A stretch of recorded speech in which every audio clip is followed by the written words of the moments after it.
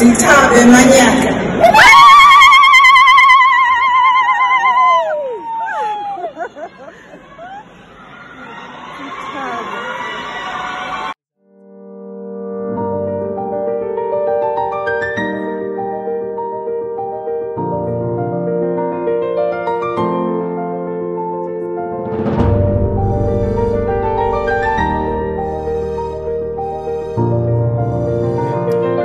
Hello guys, welcome back to our YouTube channel, Gift Varsity TV.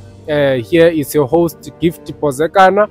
As I say to you that I always bring the best in this channel. You see, I bring students and I also bring graduates so that they can come and tell you their story so that you can be motivated to become the best. Welcome to Gift Varsity TV. I have a guest here. Hello. Hello, sir.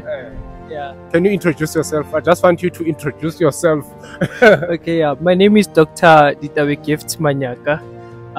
So I'm a recently graduated intern. I currently work at Charlotte Matlake at Johannesburg Hospital, and I'm doing my internship here. It's my first year internship. Yeah. So this is our newly graduated doctor.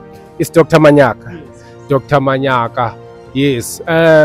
It's nice to be with you in this channel, doctor. Like tell us about yourself. Like, where are you from? Like, yeah.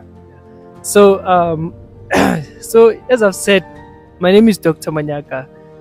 So I'm from Ivory Park, sir. I grew up in Ivory Park. I was actually born here in just outside Midrand, MA6. That's where I'm from. And yeah, my story, you know, it's a township guy who tried to make something out of their life and motivate the young others. So I call myself the light because, yeah, you know, as you know, our communities are very poor and stuff. So I did something and I came out of that poverty-stricken community and did something. Yeah. So tell us, doctor, like which high school did you attend from? So I went to Eklinisweni Secondary School. It's next to my crib. So I did my grade 8 until grade 12 there. So basically, I only attended one high school. Yeah. So you did which subjects there? So I did. So when I remember, I did 7 subjects plus 1. So it was your science stream. So it's physics, life sciences, and then I added computer applications technology, as well as other, you know, your pure maths and LO and others that we cannot mention. Your Benek and stuff. Yeah. Okay. Yeah, doctor. So all right, as you are in high school now, where did that love for you to study medicine erupted from? So my love for studying medicine or for becoming a doctor started when I was in grade 2. I remember I was asked in grade 2 in one of the schools. I think it's in Limpopo, Mahlachani Primary School. I was the only learner who was not wearing uniform at that time, and I was asked. So I could grab the attention of the principal. So it was in an assembly, and I was asked, "What do you want to be when you grow up?" And I stood firmly because I was scared and stuff. But I stood firmly and said, "I want to be a doctor." And that love grew from there. I think that was the starting point, and it grew and grew. And you know, when you go to hospital and see people sick and stuff, and you're like, I can actually do something and help others as well. Yeah. So the love started when I was still young. Of course, it goes back beyond before high school. Yeah, and you said you want to be a doctor. Yeah. So you did your grade 12, right? Yeah. So which universities did you apply to? So here in South Africa. So in South Africa, I remember very well. I applied in the University of the Witwatersrand, this university, and the University of Pretoria, as well as Sefako Makgatho, which was back known as is it Medunsa? Yes, yeah. So it was known as such. Yeah, those are the three universities that I applied for, and I got rejected in all of them. And yeah, luckily enough, there was a scholarship that was the Nelson Mandela Fidel Castro, the Cuban Medicine Scholarship. Then I applied there. Luckily, I got accepted, and here am I today. Oh yeah. So you tried to apply that for this Cuban medicine scholarship. So how did you apply it there? So, so I applied when I was doing grade 11, and I was told to come back with matric results. So it was then I didn't know anything then. So in grade 12, when I passed grade 12, so basically I went to the Department of Health in Gauteng, and then I handed in my application. So the applications opened in February, if I still remember, and they closed in March. And then so I did my application, sent the form with all the relevant documentation that were required at that point. So after I got accepted, I was invited to an interview. Basically, it was a 30 minutes interview which outlined, the systems of South Africa, the difference between the healthcare system of South Africa and Cuba. So they basically wanted to know that. Post that, I went to medical tests. So when you pass your interview, you went to your medical test, and then from there you sign the contract, and then you go to Cuba if you are successful, of course. Okay. So, doctor, you became successful now for you to go to Cuba. Yeah. How were your emotions?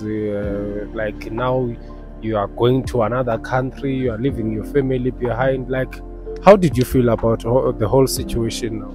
So, I remember I left on the 28th of October in 2014. Yeah, it was exciting when, you're leaving the country. It was exciting, but I was very nervous.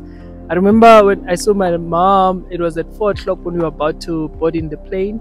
And then she actually cried, and I couldn't cry because, the stigma that you have to be a man. So I manned up and tried to hug my mom. And then I went to the flight. So when they were busy moving the flight around to turn it so that we can board in, that's where the emotion started, and I nearly cried that day. I can't remember, but I can't remember shedding tears, but they were just right on my eyes. I really needed to, I nearly cried on that day. And you realize that no, man, we are leaving South Africa now. So I'm leaving South Africa and I'm not coming back in like 3 years, 2 to 3 years rather. So it was very emotional for me. And but in any way I wanted to do something, so it was my only way of becoming a doctor at that particular so you say that you nearly cried that day. I think I cried, but tears couldn't come out because now I'm with colleagues there, friends and stuff. Now when they see me crying, what are they gonna do? But that idea of knowing that you are not alone now, who's leaving the country, it also comforted you, right? Yes, because when we left, I think I had two other friends. It was me and Khawala and Worship. So, the fact that I wasn't alone at that particular point, and I had a family that I can say I'm living with right now, it actually comforted me. And also seeing that there are other people as well that are scared like me at that particular point, that were terrified. It actually comforted me that actually I'm not alone.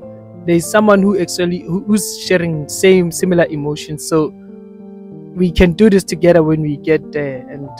And luckily enough, we did it together. I walked the road with some of the people there, and it was amazing. Oh, great. Now you arrived at Cuba now. So tell us now the story. You arrived at Cuba, and tell us. You know why I'm laughing? Because when I got there, it was during the night on the 28th of February, and the first thing that I wanted was to go back home. Because that place, so it was quite an experience. That first day, it was I think we landed in Havana, and it was at 10 p.m. So they had to take us to a quarantine site because there was an outbreak of Ebola. So the Cubans were quite scared of mixing us around, and so we were taken to Pinar del Rio, one of the provinces there, and then for 21 days. So when we got there, they gave us food. I remember it was rice, fish, and some sort of beans there. So it was an experience. It was quite a I don't know. it wasn't a nice experience in a way, but for your first day you would understand, because you know you're in a different country, you don't know the culture, you don't know anything about the country. So when I got there, when they gave us that, so I only ate like 2 spoons, and then I was extremely hungry, but the food couldn't go in. So yeah, and then yeah, after that 2 spoon, I was given this pill, the anti-malaria pill. It was a green pill. I don't even know it by name. Even now, I'm still trying to find out what is that pill that they gave us that day. So that anti-malaria pill actually knocked everyone out. The guy that I know, that pill didn't do anything to him, and he was one of my friends as well. So Nothing happened to him. yeah. Okay. So you said you were in Havana. Yeah. There. Okay. So which university now were you attending, and the language barrier now? Yeah. Tell us about, like, as being a Cuban student as Yeah. a whole now, the challenges now. So for foreign students, so when you get to Cuba, like you do like first year. I mean, the minute you land in Cuba that year, so the academic year starts from September until July the following year. So when you get there, they teach you Spanish. But you do what we call pre-med. So the pre-med is divided into 2. The first 6 months you learn Spanish. The whole 6 months you learn Spanish, and the second six months, which would be the second semester, you learn your basic physics, maths. You know, those subjects that you did in high schools, and biology there, but it's all in Spanish. So after you pass the pre-med, you go to first year medicine. That's where the real stuff starts now. So in first year, I was in ELAM. ELAM, so it's Escuela Latinoamericana de Medicina, which is your Latin American School of Medicine. So you do first year and second year there, and then your third year, that's when now you incorporate to the University of Havana. But even ELAM is still under the University of Havana, but it's a basic science university. And then your clinicals, which will be your third year up until fifth year. So I was at Calixto Garcia. So we call it Facultad Mayor. Those that know, so it's just the major faculty. So it's one of the difficult faculties you can be in Cuba, and it was a very challenging experience. I still remember I used to cry a lot, but yeah, not that cry per se, but you know, when you know that this place is doing me good, but it's doing it in a hard way. Yeah, that's it. It was very challenging, right? Okay. So yeah, the places that you stayed were quite nice. So when I got there in pre-med, I was living with so we were 8 in a room. So yeah, I had 7 roommates. It was not nice, but you know, when you are guys, man, like when you are guys, like the depression kind of the levels go down, man, and you form a bond. You would go out together, and then yeah, it was nice. And then from first year and second year, which would be when I was in ELAM, I had like 6 roommates, so we were 7 in a room. But that year I think we were 12. We were 12. We were 10. We were 10 in a room. And then yeah, from third year until 5th year, which was. You see, guys, you are worried about having one roommate. They were 10. You see, Yeah. they were 10. Okay, so how was the pass mark there? Yeah. Tell us about the pass mark there.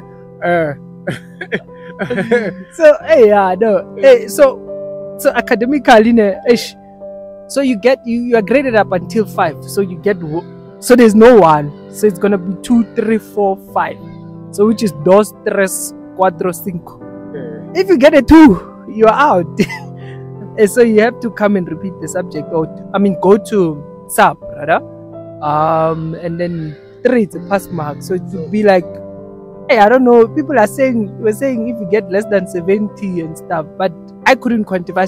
I'm still trying to quantify the exam as in like convert it to your normal percentages in South Africa. But I heard that it's less than 70% you are out. In some instances where you get a paper that requires you to get that is out of 100, you have to get 75% in that paper to get that 3, which would be your pass mark. And then 4 would be your between 80 and 89, and then your 5 90 plus. Yeah. All right. So now, yeah, you were there in Cuba. Now, what's the difference there? When now you okay? Let's be in Cuba for now. Yeah. We're still in Cuba now. How is it to study medicine there? Yeah. So studying medicine in Cuba, it's quite an experience. So when you get to understand that actually medicine in Cuba, it's like a culture. So when you get, us here in South Africa, we take our culture, man, doing something like when you're in varsity, you go to party, do all those things. So even in Cuba, like medicine, they take it as if it's a culture. So it has a strong base of primary healthcare. So everything that the doctors do to you, or the treatment that thereof, patient are always involved. So you get a patient that would actually tell you everything about their disease.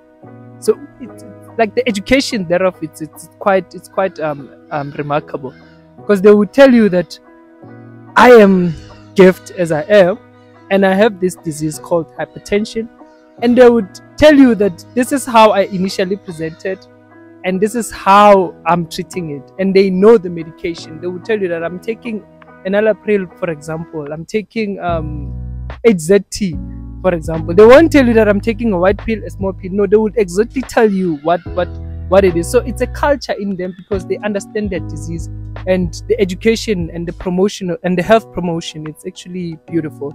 And yeah, so it's different when you compare it to South Africa, which is mainly the curative way. So there they make sure that, because it's a country that doesn't have much resources when you can compare it to any other country. I think it's one of the poorest countries in the world, but their healthcare system is quite beautiful. Okay. Yeah, so you didn't struggle too much there with regards to data and cell phone. Like, how did you manage to connect with people at home now? Yeah. Because sometimes you can miss your mother there. You'll be like, So yeah, it was. So when I was in Cuba, the thing called your 3G, your 4G, LTE, it was there when I was doing. I think it was when it started actually. We started having LTE when we were doing 4th year. So from there, you would rely on this Wi-Fi thing that are at the hotels. So you would go to a hotel, and then they will sell you a ticket, and now you connect via that ticket. And that ticket back then used to cost $10. It was quite expensive, so it would be like $150 for an hour, and then it was quite expensive. And then when things started, Barack Obama, ever since that visit there, Barack Obama in Cuba, things started going down. The pricing of internet started becoming accessible. So it went down, and then now they started creating hotspots on the streets and stuff, and then it was beautiful, because now the tickets would be like $2.5 from $10, which is quite remarkable.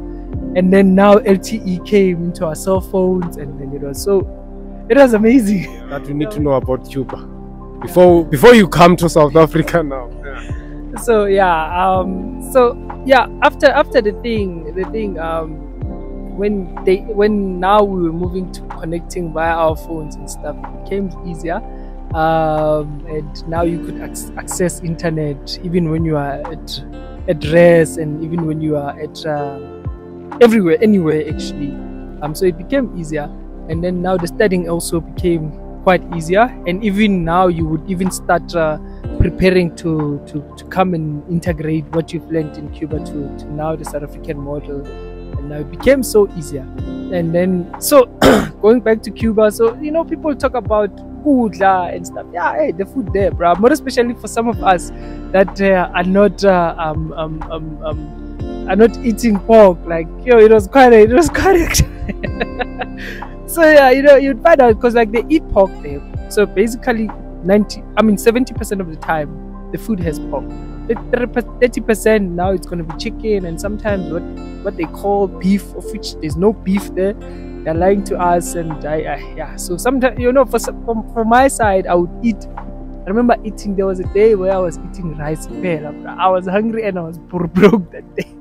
I was eating rice pela that side because I couldn't eat pork, and they would serve pork in the kitchen. So there's nothing that you can do. So yeah, I ate rice pela that day, and then now when things started to like unfold, now you can buy mayonnaise and eat tomato sauce, so that mazkala lapaya a kitchen, then you can have rice and mayonnaise and tomato sauce. Of which it wasn't a big deal, because for me, like, before I went to Cuba, like, it's not like I'm from a rich family that I would say I was eating lasagna in this job. I would eat that thing now, even when I was at home. That you'd get a chance, you get a time whereby we eat rice now, tomato sauce, and nothing happens. We move. So yeah. Is there a time where you failed at Cuba? Maybe a module. No, I've never failed in Cuba. So yeah. Hey, the problem with me is that I was scared of that thing, scared of failing. So yeah, most of the time I would spend most of my time studying, because I didn't have much friends. Like I told you, I had like two friends rather.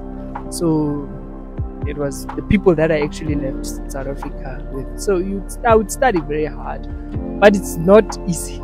That's what I want to tell you. Because failing a module is, I was scared.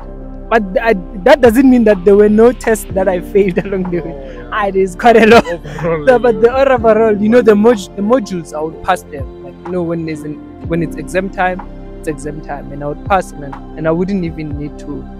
I did not even supplement even one module. So it was just. But the test thereof, it becomes tough sometimes. Okay. Now it's your final year, or what? The time that you're supposed to come to South Africa now. In which year? So in Cuba, for us South Africans, so in other nationalities, they do the whole medicine there. So for us South Africans, we do up until 5th year. So after 5th year, you come back here and do your final year, which would be your 6th year. So 5th year. Yeah, 5th year it was it's easy, man. 5th year it was easy. And then you come to South Africa. Yeah, like from 2014, is there any time where you did come back at home, or you stayed for the whole 5 years? Hey, bro, you can't stay for 5 years there. You're gonna break down. So 2014, I landed in Cuba on the 28th of October. So, and then I returned home in 2016 for my vacation upon completion of my first year, which I was in Elam. So it was in 2016, and then I went back. I went back in. Yeah, it was in 2016. So I went back on the 5th of September. I still remember, because my nephew was born 4 days after I left. And then I came back for vacation in 2019. And then, 2 and 3 years. Oh, 2 and 3 years. Okay.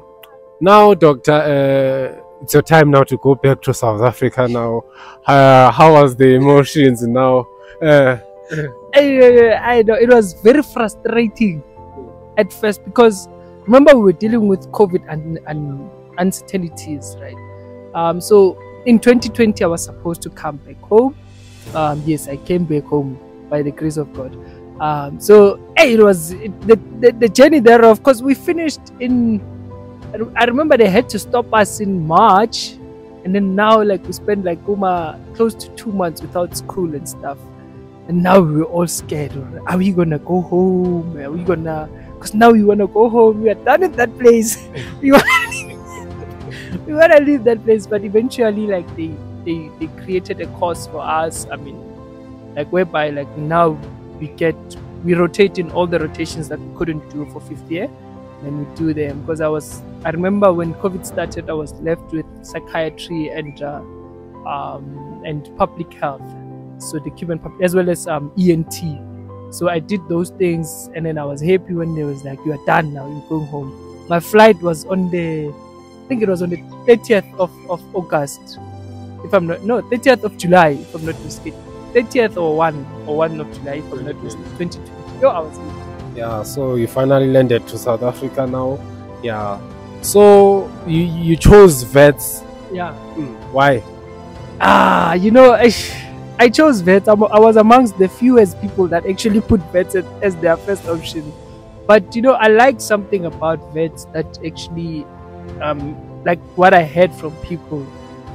The fact that, you know, when you get here, there's nobody who's gonna be spoon feeding you with information. You have to go and fight for it, and that is actually what made me, you know what, I need to go and actually fight for this information and grow me. Because when I was in Cuba studying my 3rd year, I remember my professor once told us as a group that a doctor is self-made.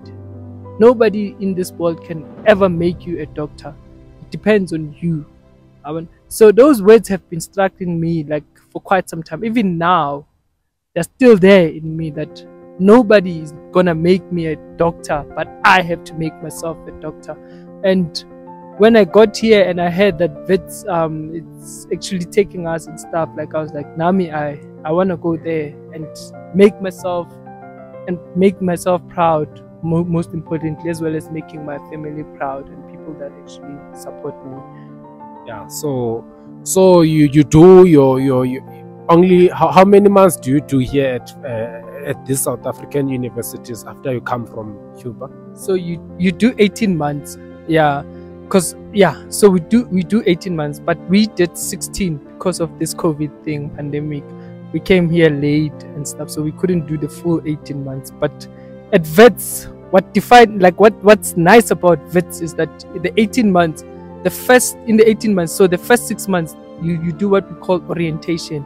So you go and rotate in all in the hospitals around, and then you just see how the South Africans do things now, because you are in South Africa, so everything is different. Even the teaching is different. So the healthcare system is different. So you have to orientate yourself so that by January the following year, now that's where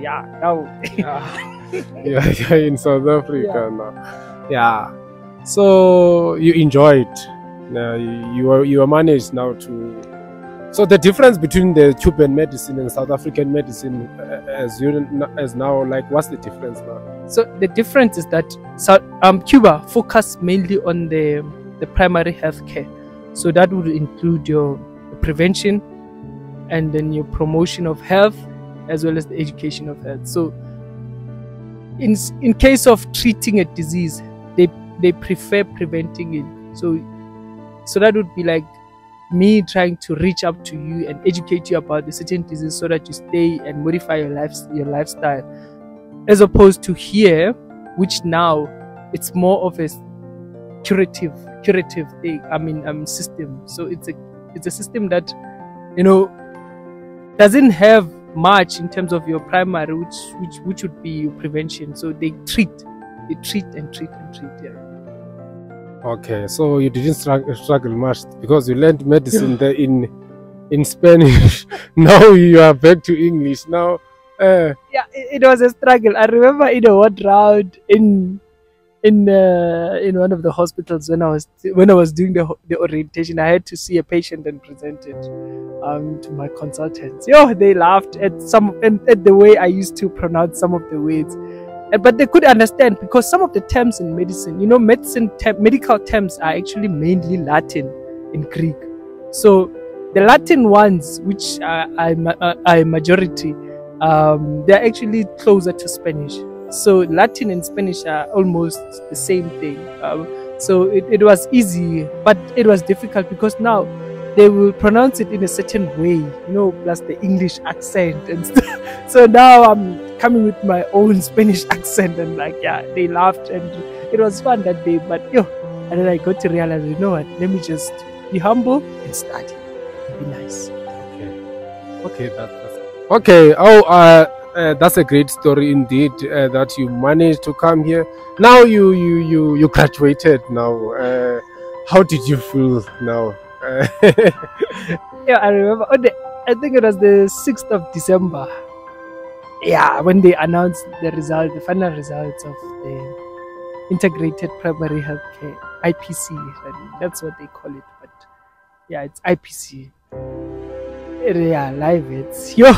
I remember that day. So basically, they didn't tell us that you passed and stuff. So they just released. I think it was an email. They sent us email, and then they were like, "You qualify for for the Cuban exit." Yo, I cried that day.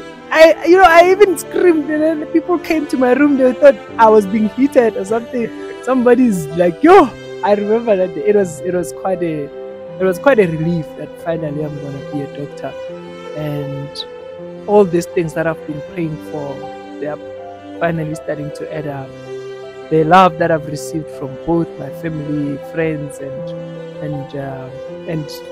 the teachers that I came across, the lecturers as well as the professors as well as the consultants, like it's finally paying off. The investment that the National Department of Health made in me, it's finally paying off, and I was happy. It was a very emotional thing, and I couldn't wait for the graduation ceremony that took place last week. Yeah. So then now you get conferred, the degree gets conferred, and now you take the oath and stuff. It was so beautiful and very emotional. The family was so excited, ne? So yeah, so I was only missing one person. My mom was actually hospital. She just came back from hospital yesterday. So that was the only person that was missing.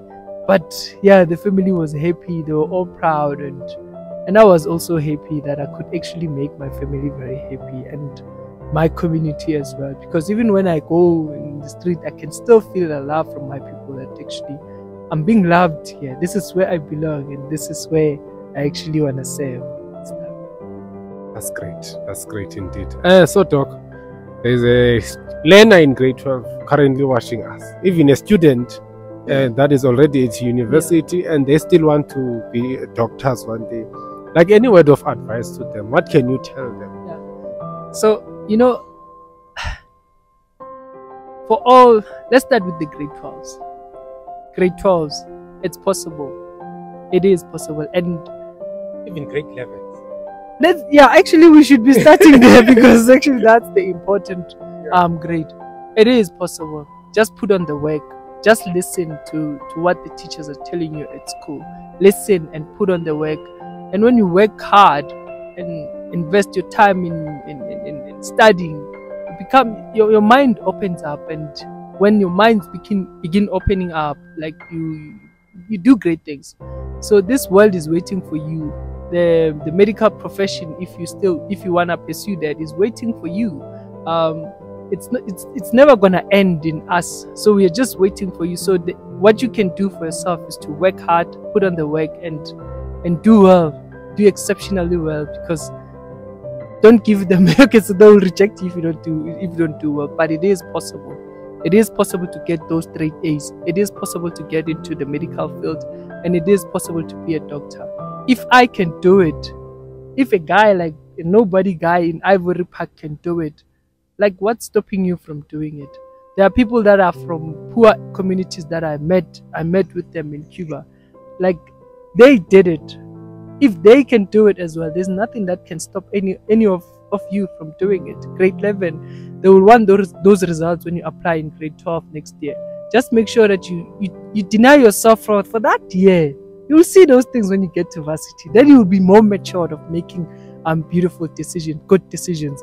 So just deny yourself, isn't listening, and focus on studying. And once you do that, they will take you, and you'll be successful. And varsity students, when you are in medicine, like Morris, I'll just speak of medicine because it's my profession. It's actually what I know. But I think most students would relate as well, that there would come a time whereby now you would feel like nothing is adding up. You start even questioning your intelligence and be like, I'm dumb. You tell yourself that I'm dumb. But just know that when that time comes whereby you start self-doubting, it's actually the time where you will grow. Don't perish when those difficulties, when those hardships come. Don't perish in them. Just take them as they are and grow for them and from them, and motivate yourself that there's a reason why you're doing that particular course that you're doing, and there's a reason why God chose you. Because trust me, there are other people that are actually in your position. I mean, they wish to be in your position, and they are more even qualified than you. But there's something special about you that God said, this son of mine, this daughter of mine, I'm going to put him in this specific course. Just make sure that you do well, and just be yourself, and remember that you are powerful, you are talented more than any other thing. Oh, those are great words from Doctor. Yeah, Doctor is a busy man, and I'm very honored to have Doctor in our channel. It's a very great honor indeed, Doctor. We appreciate your presence here. Do you consider doing some specialty one day? So yeah, I mean, obviously I have to be a specialist. I have to further my studies. It's something that I intend to do, but currently I cannot confirm which one, because every time when I go to a department, I tend to love that department. So I'm still in the mood, but I'll tell you next year. Okay. Thank you so much. Guys, thank you so much for those who have been watching with us throughout the interview. I'm really motivated also, and I hope you also are motivated to do the best. No matter where you're from, you can still do it. Here is Dr. Gift Manyaka here. We share the same name. Yeah. I'm Gift, he is Gift. Something great is coming. Thank you so much for watching Gift Varsity TV. Gift Pozakana, your host here. All the best. Don't forget to subscribe, like, share, and comment down below. If you want more info from Doctor, we'll have just the details on the description below, so that you can go and ask further questions that you would love to ask. All the best if you are in grade 11 or grade 12. All the best if you are in varsity. And those students who are still in varsity but still trying to get to medicine. Okay, yeah, those ones, they actually don't give up. One thing, the first thing that I'm saying, there are courses out there. For instance, VET has this nice course that they call Graduate Entry Medical Program, GEMP. So if you do exceptionally well in your degree, you can still apply for that GEMP program. So they require you to have covered at least most of the first and second year subjects that are offered here at VET. And once you do those subjects and stuff, and when you apply and you pass their screening process, you go to third year, which is nicer. Yeah, great. And every student, every university, whether which university you are in, you can apply. Thank you so much.